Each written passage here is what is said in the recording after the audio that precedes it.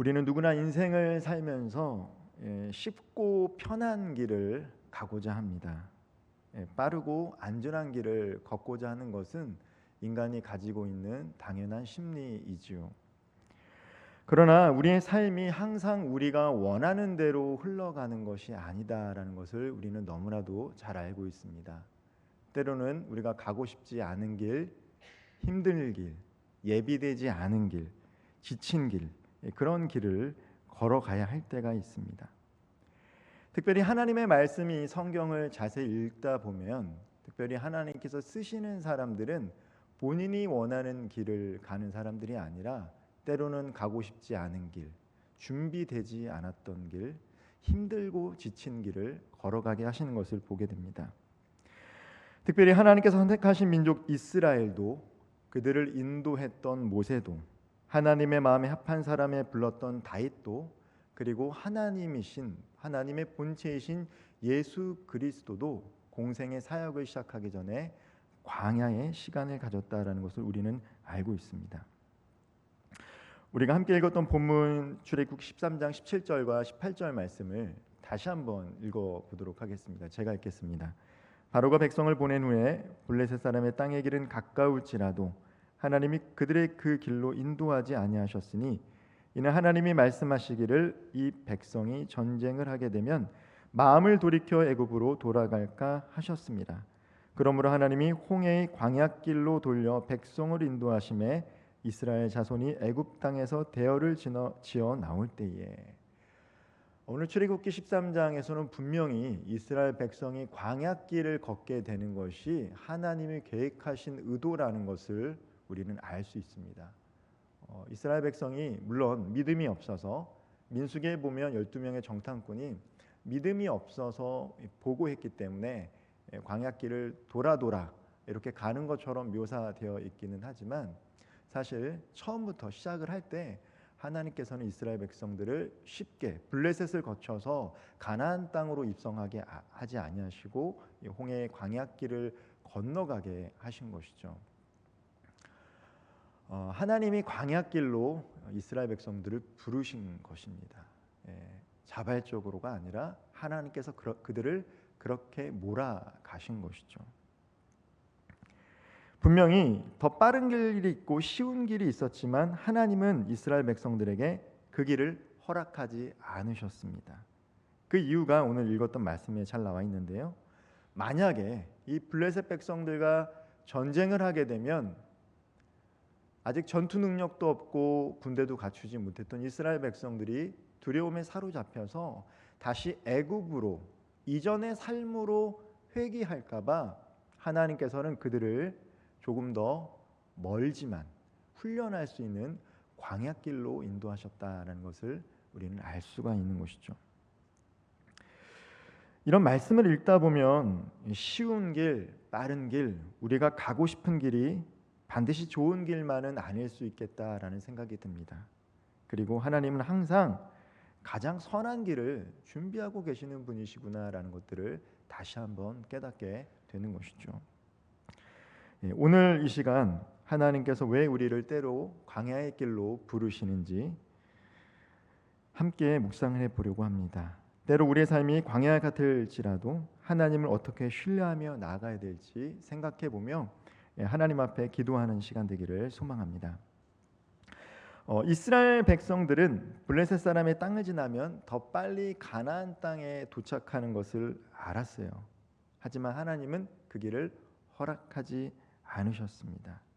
그것은 단순히 이스라엘 백성들을 어렵게 하기 위함이 아니다라는 것을 우리는 너무나도 잘 알고 있습니다. 하나님께서 이스라엘 백성들을 연단하시는 과정이 필요했던 것이죠.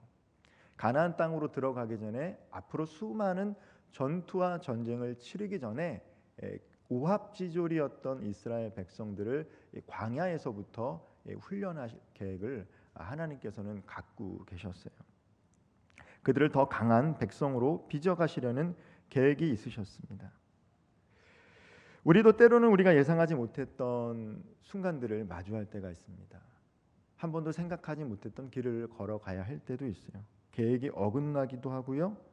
기도는 했는데 응답이 되지 않을 때가 있고, 응답이 되었지만 한참 지나서야 응답이 될 때가 있습니다. 때로는 어려운 상황을 직면하면 왜 하나님께서 나를 이렇게 힘들게 몰고 가실까? 왜 나를 이런 광야로 보내실까라는 생각이 들 때도 있습니다. 하지만 오늘 우리가 이 말씀을 통해서 반드시 기억해야 될 것은 때로 우리가 걷고 싶지 않은 길, 마주하고 싶지 않는 현실 속에서도 하나님은 분명한 계획을 가지고 계시다라는 사실입니다. 광야의 길이 멀고 험할지라도 하나님이 우리를 그 길로 인도하셨다면 분명한 목적이 있었기 때문입니다. 물론 우리가 인생을 살다 보면 우리의 연약함, 죄된 습성과 본성으로 인해서 때로는 이 죄의 결과로 삶의 어려움을 마주할 때도 있어요. 그러나 우리가 어려움을 마주한다는 것은 다 우리의 잘못이나 죄의 결과만은 아니라는 것이죠. 하나님의 계획 속에서 우리의 잘못과 죄된 습성과 상관없이 광야의 길, 마주하고 싶지 않은 순간들을 경험하게 하신다라는 거예요. 하나님께서는 하나님의 선택한 백성을 바로 세우는 과정을 꼭 지나가게 하십니다. 광야의 시간은 우리를 연단하고 훈련하는 시간이에요.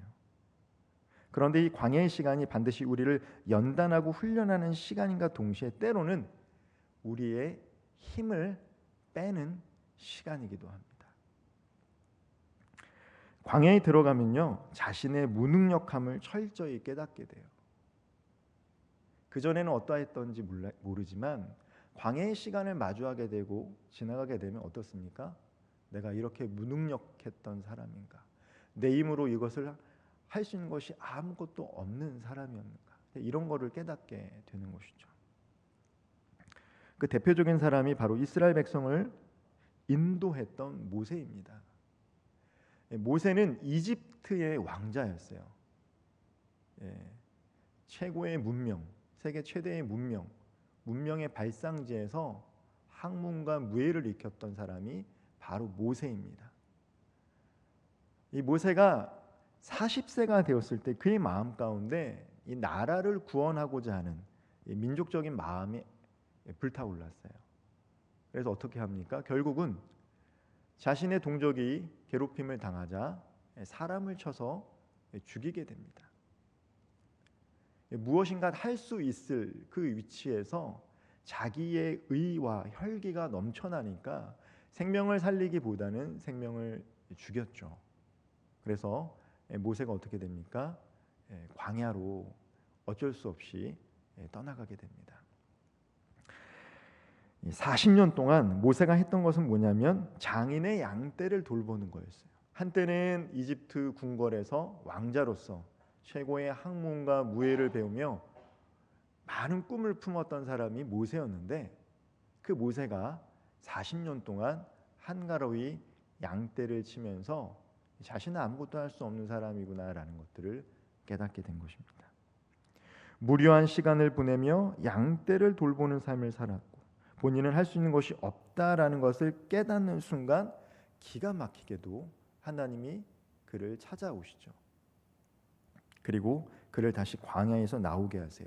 그리고 이집트로 그를 보내십니다. 그리고 모세를 통해 이스라엘 백성들을 출애굽시키시는 거죠.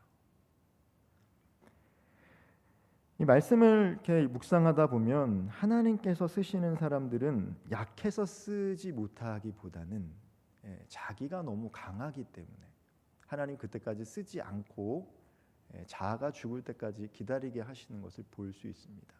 모세만 그랬던 것이 아니에요. 예수님의 수제자 베드로도 그랬습니다. 예수님의 수제자 베드로 얼마나 예수님을 사랑했습니까? 다른 사람들은 다 주님을 버려도 나는 주님을 버리지 않겠습니다. 이렇게 호언장담했던 사람이 베드로입니다. 얼마나 열심히 있는 사람인지 몰라요. 그런데 예수님께서 말씀하신 대로 마가복음에서 닭이 2번 울기 전에 너가 나를 배신할 것이다, 배반할 것이다, 나를 부인할 것이다 말한 대로 베드로는 정말 부인하고 말았습니다. 자아가 깨지는 순간이죠. 부끄러운 순간이에요. 현실을 마주했어요. 그러나 그러한 상황들이 있었기 때문에 자기 힘으로는 아무것도 할 수 없는 삶이라는 것을 깨달았기 때문에 주님께서 부활하시고 다시 찾아오셔서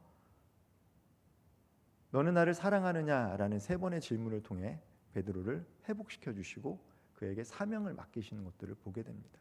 즉 베드로나 모세나 약해서가 아니라는 거죠. 자기의 혈기와 자기의 의가 자아가 강할 때 하나님은 광야의 시간을 허락하셔서 철저히 깨트리는 시간, 연단의 시간을 갖게 하십니다. 부족하면 채워주면 되지만 강한 사람은 자아를 내려놓게 하는 게 쉬운 게 아니기 때문이에요. 하나님은 강제적으로 일하시지 않기 때문이죠. 그래서 때로는 이렇게 광야로 들어가게 하세요. 그래서 더 내려놓게 하고 더 비우게 하고 더 자아가 죽게 하고 더 무릎 꿇으면서 주님께 기도하게 하는 겁니다. 무릎 꿇고 기도할 때까지 하나님께서 연단하시는 거죠. 꼭 쓰시려고 하시는 사람들은 말입니다. 특별히 광야의 시간을 통해서 우리가 배워야 할 것은 바로 기다림입니다. 인내라는 것이죠. 오늘 이 금요 기도에 나오신 여러분들 참 대단하신 분들이에요. 기도라는 것은 결코 쉬운 것이 아니기 때문입니다. 말씀을 읽자, 기도하자, 매번 설교를 통해서 듣고 또 서로 권면하지만 실상 말씀을 읽기에 우리 삶이 매우 분주하고 기도하기에 우리 삶이 매우 분주합니다. 그래서 기도하는 시간을 확보하는 것 자체가 사실 쉬운 게 아니에요. 우리 본성을 거스르는 일이 기도하는 일입니다. 그러나 기도하는 일보다 더 어려운 것이 뭐냐면 우리가 기도하고 그 기도가 응답될 때까지 기다리는 거예요. 기도는 하는데 내 눈앞에 내가 기대했던 것과 전혀 다른 삶이 펼쳐질 때 그것을 기다리는 것은 결코 쉬운 것은 아니기 때문입니다. 특별히 광야의 길을 걸어가고 있는 성도들, 그분들의 삶 가운데 기다림이라는 덕목은 결코 가지기가 어려울 수 있지요. 기도는 사라지지 않는다라는 책이 있습니다. 이 최상훈 감리교 목사님이시더라고요. 쓰신 책인데 이 책이 참 인상 깊었어요. 기도는 사라지는 것이 아니라 기도는 하늘 천국의 적금 통장이다라고 합니다. 지금 응답이 되지 않더라도 기도하면 하늘에 적금이 쌓이는 것처럼 기도가 쌓여서 내가 어려울 때, 힘들 때 하나님께서 내가 했던 그 기도를 다 들으시고 그때마다 응답한다라는 거죠. 기도에는 유효기간이 없다라는 거예요. 쓰레기처럼 폐기할 필요가 없다라는 것이죠. 버려지는 기도는 없다라는 것입니다. 그 대목이 참 마음에 와닿았어요. 아, 그렇구나. 기도라는 것 하기 어렵고 믿음이 없어서 기도하기 어려울 때가 있지만 때로는 기도하더라도 응답이 되지 않아서 힘들 때가 있지만 내가 기도하는 것, 또 누군가를 위해서 기도하는 것, 그것은 결코 버려지는 것이 아니라 하늘에 쌓여지고 있는 것이구나라는 것을 깨닫게 되었습니다. 때가 되면 하나님께서 다 이루어 주신다는 것을 믿기에 특별히 광야를 지날 때 우리는 희망을 갖고 기다릴 수도 있게 되는 것이죠. 적금 통장처럼 기도를 쌓아 놓는다. 이것이 참 마음에 와닿았어요. 응답되지 않더라도 시간을 지키고 내 상황과 내 마음이 어떠하든 그것을 놓고 기도할 때 때가 되었을 때 하나님께서 열어주시고 응답하심을 그분은 경험했더라고요. 간증을 얘기하셨습니다. 그렇기 때문에 그 책을 읽었을 때 더 큰 은혜가 있었던 것 같아요. 그렇구나. 기도는 사라지는 것이 아니구나. 내가 하는 이 기도는 땅에 떨어지는 것이 아니구나. 하늘에 올라가서 하나님께 응답되는 것이구나. 그렇기 때문에 우리가 광야의 순간을 맞이할 때 때로는 피하고 싶지만 그 현실을 그대로 받아들이고 하나님께 기도하는 것들이 참 필요합니다. 그리고 기다리는 것이 필요한 것이죠.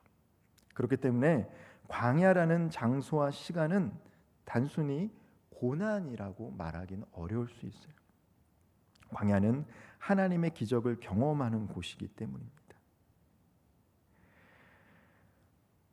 이 놀라운 기적을 경험했던 사람들은 어떤 사람들이냐? 바로 광야를 걸어갔던 사람들만이 이 놀라운 이 출애굽의 여정을 걸어갔던 사람들만이 하나님의 놀라우심을 경험할 수 있다라는 것이죠. 이스라엘 백성들이 광야를 지나갈 때 어려움이 없었던 것은 아니에요.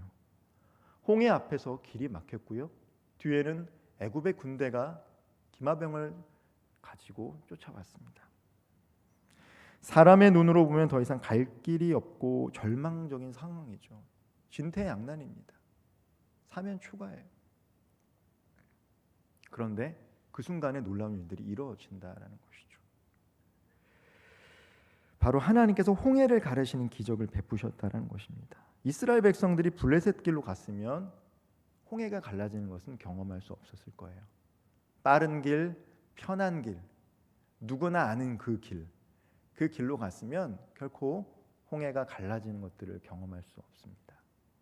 한 치 앞도 알 수 없지만 의심 속에서, 불신 속에서 그래도 주님께서 가라 하셨으니까 그 길을 걸어갈 때 불신과 의혹 속에서 그 길을 걸어갔는데 막상 역시나 앞에는 홍해가 있고 뒤에는 애국 군대가 쫓아왔을 때 아, 그렇구나. 내가 잘못 생각했었구나 라고 하는 그 순간 하나님께서는 홍해를 가르신 것이죠.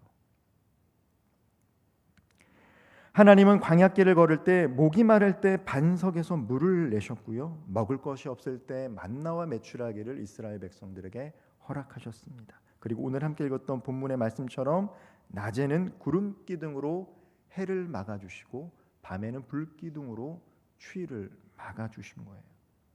광야라는 곳은요, 하나님께서 친히 역사하는 시간이자 장소입니다.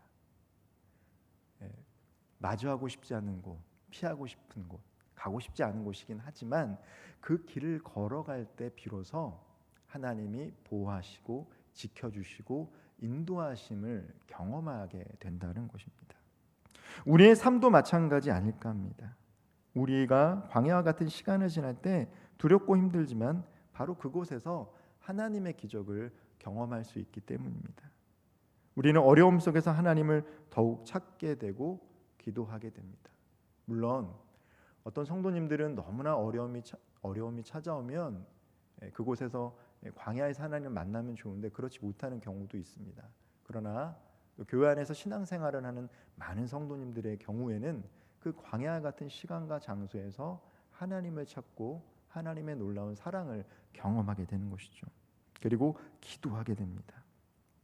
그렇기 때문에 광야라는 곳은 결코 허망한 곳이거나 끝이 아닙니다.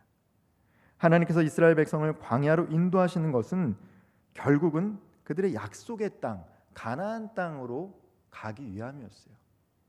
축복의 길이죠. 축복을 주시기 위해서 광야길을 걷게 하신 거예요. 신명기 8장 16절 말씀 함께 읽어보도록 하겠습니다. 내 조상들도 알지 못하던 만나를 광야에서 내게 먹이셨나니 이는 다 너를 낮추시며 너를 시험하사 마침내 내게 복을 주려 하심이었느니라. 아멘. 신명기 말씀을 통해서 하나님께서 이스라엘 백성들을 광야길로 가시게 하신 이유 낮추게 하셔서 마침내 복을 받게 하십니다. 하나님 나를 왜 이렇게 힘들게 하세요? 왜 나를 낮추세요? 라고 이야기할 수 있겠지만 결국 나를 힘들게 하고 나를 낮추고 나를 빚어가는 그 과정이 힘들지만 그 과정이 끝이 아니라 그 과정을 통해서 마침내 그 복을 누리게 하기 위하시다. 복을 누릴 수 있게 하시기 위함이다라는 거예요. 복받을 만한 그릇을 준비하기 위해서 하나님 우리를 연단하고 계세요. 그렇지 않으면 그 복이 복인지를 알지 못하고 복이 와도 그 복을 누리지 못하기 때문이에요. 그러나 낮아지고 겸손하면 어떻습니까? 아, 하나님이 나를 여기까지 인도하셨구나. 그 하나님께서 이제 이 끝에 약속의 땅으로 인도하시는구나 라는 것을 알기 위함입니다.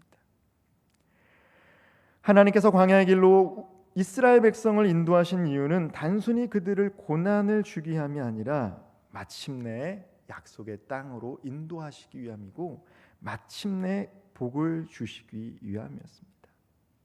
광야의 끝에는 하나님께서 약속하신 가나안 땅이 기다리고 있었어요. 우리도 마찬가지입니다. 지금의 어려움이 끝이 아니라는 거예요. 우리가 끝났다라고 시작할 때가 바로 예수님이 일하실 때입니다. 내 힘으로 무엇인가 하려고 할 때 무거운 짐을 들고 바둥바둥 살아갈 때가 있지요. 그런데 그 짐조차도 내려놓고 포기하려고 할 때, 하나님을 찾을 힘조차도 없을 때 우리가 하나님 안에 거하면 비로소 하나님께서 그 무거운 짐을 대신 짊어 주시고 새로운 길로 우리를 인도하시기 때문입니다. 우리의 인생이 힘든 광야가 될지라도 하나님께서 반드시 약속하신 축복의 자리로 우리를 인도하실 줄 믿으시기를 소망합니다. 끝이 아니구나. 하나님은 가장 선한 길로 나를, 우리 가정을, 우리 교회를, 이 나라와 이 민족을 인도해 주고 계시는구나. 그러므로 우리가 해야 할 일은 무엇입니까? 광야와 같은 시간과 장소에서도 때로는 의심과 불신이 찾아온다 할지라도 다시금 고개를 들어 하나님을 바라보고 신뢰를 회복하는 것입니다. 내가 하나님을 신뢰하겠습니다. 잠깐 내가 세상에 눈을 돌려서 하나님 신뢰하지 못했는데 지금 내가 다시금 내 마음을 지키고 내 눈을 하나님께 향해서 하나님을 신뢰하길 원합니다. 우리가 볼 때는 힘들고 어려운 길일지라도 하나님께서는 가장 선한 길로 우리를 인도하시고 계시기 때문입니다. 혹시나 지금 광야와 같은 길을 걷고 계시는 성도님들 계십니까? 앞이 보이지 않고 어디로 가야 할지 몰라 막막한 상황 속에 계신 분들 계신지요? 그렇다면 오늘 이 밤에 기억하시길 바랍니다. 하나님은 광야에서도 이스라엘 백성들과 함께 계셨던 것처럼 오늘 나와도 함께 하신다. 광야라는 곳은 혼자의 힘으로 견딜 수 있는 곳은 아닙니다. 사람 혼자 살아갈 수 있는 곳이 결코 아니에요. 온도차도 너무 크고요. 먹을 것도 없고 마실 물도 없기 때문에 홀로 고분분투하며 생존할 수 있는 길이 아니죠. 그러나 하나님께서 함께 하시면 우리는 그 길을 걸어갈 수 있다라는 것이죠. 이스라엘 백성들이 걸어갔던 것처럼 우리 또한 그 길을 걸어갈 수 있는 것입니다. 낮에는 구름 기둥으로 밤에는 불 기둥으로 하나님께서 우리를 지켜주시고 보호해 주실 것입니다. 때로는 홍해를 가르시고 만나를 내리시고 반석에서 물을 허락하셔서 우리의 목을 축이시고 우리에게 길을 인도하시고 또 우리 함께 동행해 주실 것을 믿습니다. 우리의 시선으로 보면 광야는 힘든 곳이 분명합니다. 그러나 하나님의 시선으로 다시금 광야를 바라보고자 하면 그것은 축복의 장소이고 하나님의 놀라운 기적을 경험할 수 있는 은혜의 자리이기도 합니다. 광야에서 우리는 하나님을 더욱 의지하게 되고 하나님을 더욱 깊이 만나기 때문입니다. 그러므로 오늘 우리 삶 속에서 광야 한가운데서도 하나님이 지금 나와 함께 하시는구나. 때로는 하나님의 임재가 느껴지지 않는 그 상황 속에서도 여전히 하나님이 나를 강하고 의로운 손으로 만드셔서 가장 선한 길, 푸른 초장으로 나를 이끌어 가시는구나 라고 믿으시며 하나님의 약속의 땅으로 함께 걸어갈 수 있는 우리 모든 성도님들 되기를 소망합니다. 그러므로 믿음으로 나아가며 하나님께서 예비하신 복, 결국은 복을 주시기 위해 우리를 연단하시는 그 하나님의 신실하심을 믿으며 오늘도 주님을 신뢰하며 주님께서 보여주신 그 길을 끝까지 걸어갈 수 있는 저와 우리 모든 성도님들 되기를 주님의 이름으로 축원드리겠습니다. 기도하겠습니다.